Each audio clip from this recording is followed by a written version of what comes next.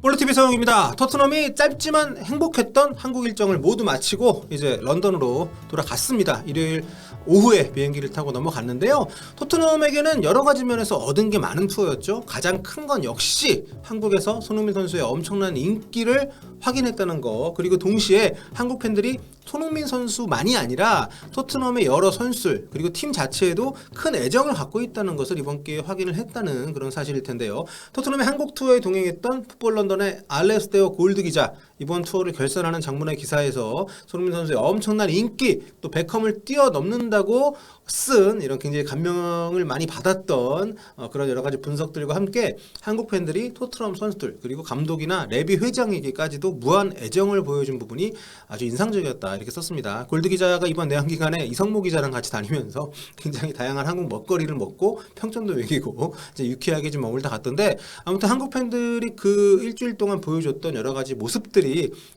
정말 이번에 토트넘뿐만 아니라 토트넘과 함께 한국에 온 여러 사람들에게는 상당히 인상적이었던 것 같습니다.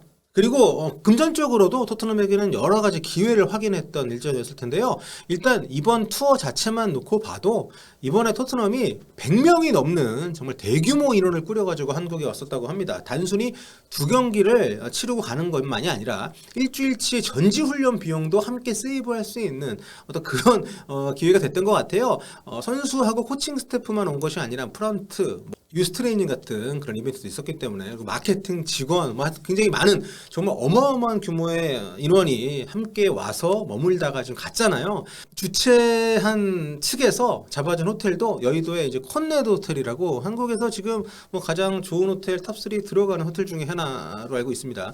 보시다시피 가격이 장난이 아닌데요. 단체로 했으니까 뭐 싸게 했다고 하더라도 이 체류 비용에 뭐 식대 같은 것만 해도 정말 엄청난 비용이었을 텐데, 지금 보시면은 만약에 방을 한 뭐 5, 60개만 잡았어도 방 하나당 30만 원씩만 쳐도 하루에 이 방값만 뭐 한 1,500, 2,000만 원 드는 거니까 정말 어마어마한 금액이라고 할 수 있는데, 아무튼 요 100명이 넘는 인원이 함께 움직일 수 있게끔 투어를 짜고 계약을 할 수 있었던 것 자체가 토트넘한테는 굉장히 즐거운 경험이었을 겁니다. 그리고 한국 팬들의 무한애정, 아까 제가 말씀드렸는데 그 나가는 길에도 정말 많은 팬분들이 공항까지 나와서 선수를 배웅하는 모습이 인상적이었거든요.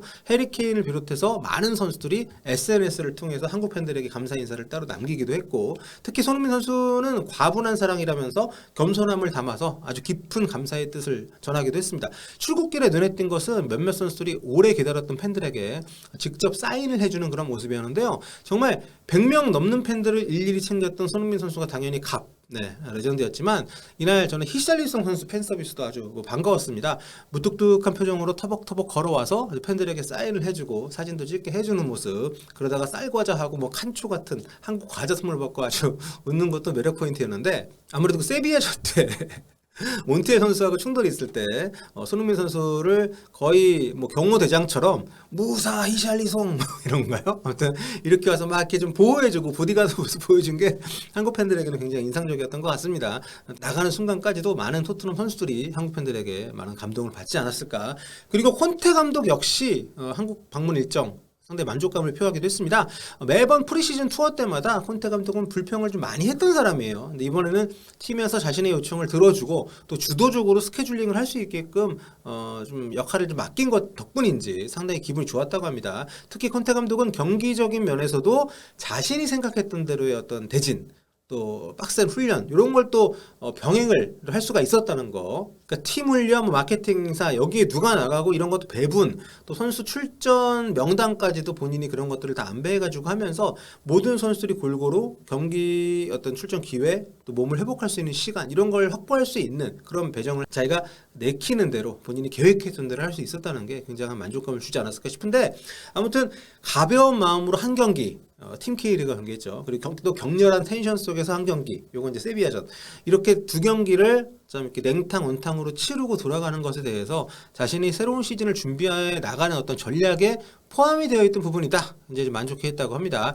그러면서도 경기 후 인터뷰에서는 선수들이 보여준 퍼포먼스에 굉장히 좀 꼼꼼히 장단점을 지적하는 모습도 있지 않았는데요. 물론 단점인 부분에 대해서는 선수들이 휴식기를 마치고 새로 훈련을 시작한 지 얼마 안 됐기 때문에 경기 체력이 부족할 수밖에 없다는 상황을 언급을 하면서 약간 질책성은 아니고 앞으로 이렇게 나아져야 된다, 이런 얘기를 하기도 했습니다. 자, 이제 이제 토트넘 런던으로 복귀를 했죠. 딱 이틀 휴식을 취한 이후에 다시 모일 예정인데요. 그 사이에 팀이 영입을 했지만 내한 일정에는 합류를 하지 못했던 두 신입 선수 클레망 랑글레 그리고 제드 스펜스 이 두 선수도 토트넘 선수들하고 이제 처음으로 선발을 맞추게 될 예정입니다. 코로나 확진 판정을 받은 프레이저 포스터 골키퍼하고 이브 비스마 선수는 아직도 한국에 있습니다. 네, 화요일날 출국할 예정이라고 하는데 아무튼 새로 영입된 선수들 랑글레 같은 경우에는 임대 영입이 진작 오피셜이 났지만 일정이 딱 한국행하고 엇갈려가지고 한국에 오진 못했어요. 꽤 오래 끌었던 제드 스펜스 영입 같은 경우는 제가 지금 녹화를 하는 이 시점에는 발표만 남겨놓고 있는 상태입니다. 아마 월요일이나 한국 시간으로 늦어도 화요일 새벽에는 오피셜이 뜨지 않을까 싶은데 아무튼 토트넘 레비 회장이 올해 끈 만큼 협상 신공 그러니까 미들즈브라가 2천만 파운드를 원했는데 이거를 기본 이적료는 1250만 파운드로 끊고 나머지는 옵션으로 채워버렸어요. 이래서 시간이 좀 많이 걸렸는데 참 대단한 것 같습니다. 결국 많이 깎은 거니까.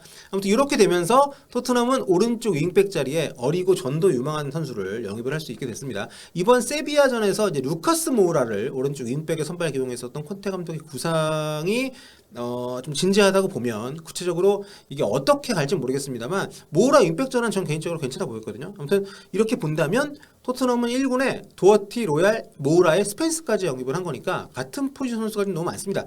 도어티 같은 경우는 지금 왼쪽 전환도 생각을 하고 있는 것 같은데 아무튼 도어티나 로얄 중에 적어도 한 선수는 좀 내보내야 되는 것이 아닌가 이런 생각을 좀 하게 하는 영입입니다. 자, 이번에 영입된 스펜스 지난 시즌 2부 리그 챔피언십 리그에서 최고의 오른쪽 윙백, 오른쪽 풀백으로 인정을 받은 선수입니다. 소속팀은 이제 미들스브러입니다. 이번에 이제 미들스브러에서 바로 이제 입단을 하게 됐는데 지난 시즌에는 노팅엄 포레스트로 임대를 가서 활약을 했고요. 노팅엄이 프리미어리그 승격하는데 굉장히 큰 기여를 했습니다.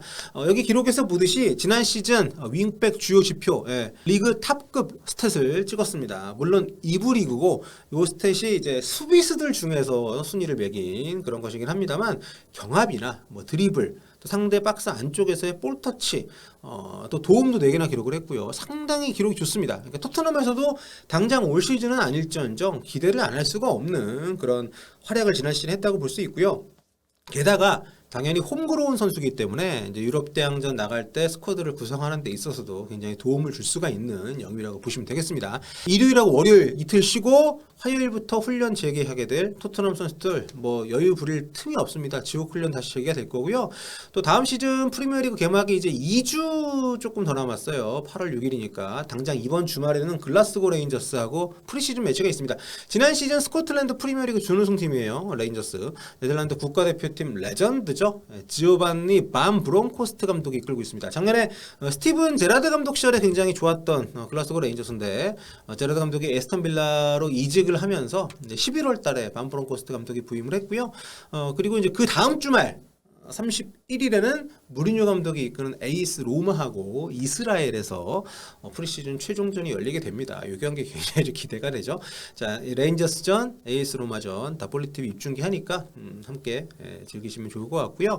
아마 이 두 경기는 쿠팡 플레이에서 이 두 경기도 하는 것 같은데 이거는 아마 임박하면 또 발표가 나겠죠. 스포츠 플레이 채널에서는 확실히 이걸 다 중계를 하니까 스포츠 플레이, 그러니까 토트넘에서 만든 인터넷 TV라고 보시면 되겠는데 1년에 5만 얼마인가 하더라고요. 저는 이제 가입을 했는데 아무튼 거기서도 보실 수 있으니까 실제 경기 영상 보실 분들은 참고를 하시면 좋을 것 같습니다. 자, 개막 전에 딱 두 경기만 치르는 일정이다 보니까 아무래도 한국에서 우리가 봤던 빡센 훈련을 좀 병행을 하면서 또 새로 영입한 선수들을 실전 테스트할 수 있는 기회가 이렇게 생각보다 많지 않습니다. 콘테 감독이 특히 한국 일정에서 이 페리시치, 뭐 비수마 또 프레이저 포스터 이런 선수들은 아예 경기를 못 뛰었기 때문에 감독 입장에서는 남은 두 경기에 대한 고민이 좀 더 많을 것 같은데요. 자, 이 두 경기 하지만 세비야전 봤듯이 뭔가 후반에는 어느 정도 변화를 줄 수 있을지 모르겠지만 정예 라인업 조합을 어느 정도 출전 시간을 좀 보장을 하지 않을까. 왜냐하면 당장 개막이니까. 앞으로 남은 일정도 좀 기대가 되는 토트넘입니다. 토트넘 투어는 이렇게 마무리가 됐지만 아마 토트넘에 대한 한국 팬들의 관심은 더 커지지 않았을까 생각이 되고요. 저희도 뭐 틈틈이 여러 가지 소식들 나오는 대로 전달을 해드리도록 하겠습니다. 여러분 조만간 또 돌아올게요. 볼까?